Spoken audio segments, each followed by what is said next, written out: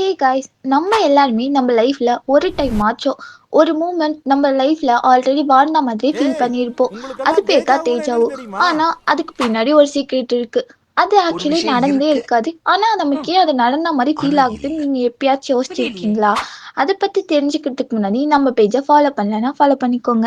Science என்ன சொல்லுதுன்னா, deja vu ஒரு மெமரி கிடையாது. நம்ம பிரெயின்ல நடக்கிற ஒரு சின்ன எரர் தான் அது. நம்ம பிரெயின்ல மொத்தம் 2 சிஸ்டம் இருக்கு. ஒன்று நம்ம ப்ரெசென்ட் எல்லாமே எக்ஸ்பீரியன்ஸ் பண்ணோம். இன்னொன்று என்ன பண்ணுன்னா, நம்ம பழைய மெமரிஸ் எல்லாமே செக் பண்ணும்.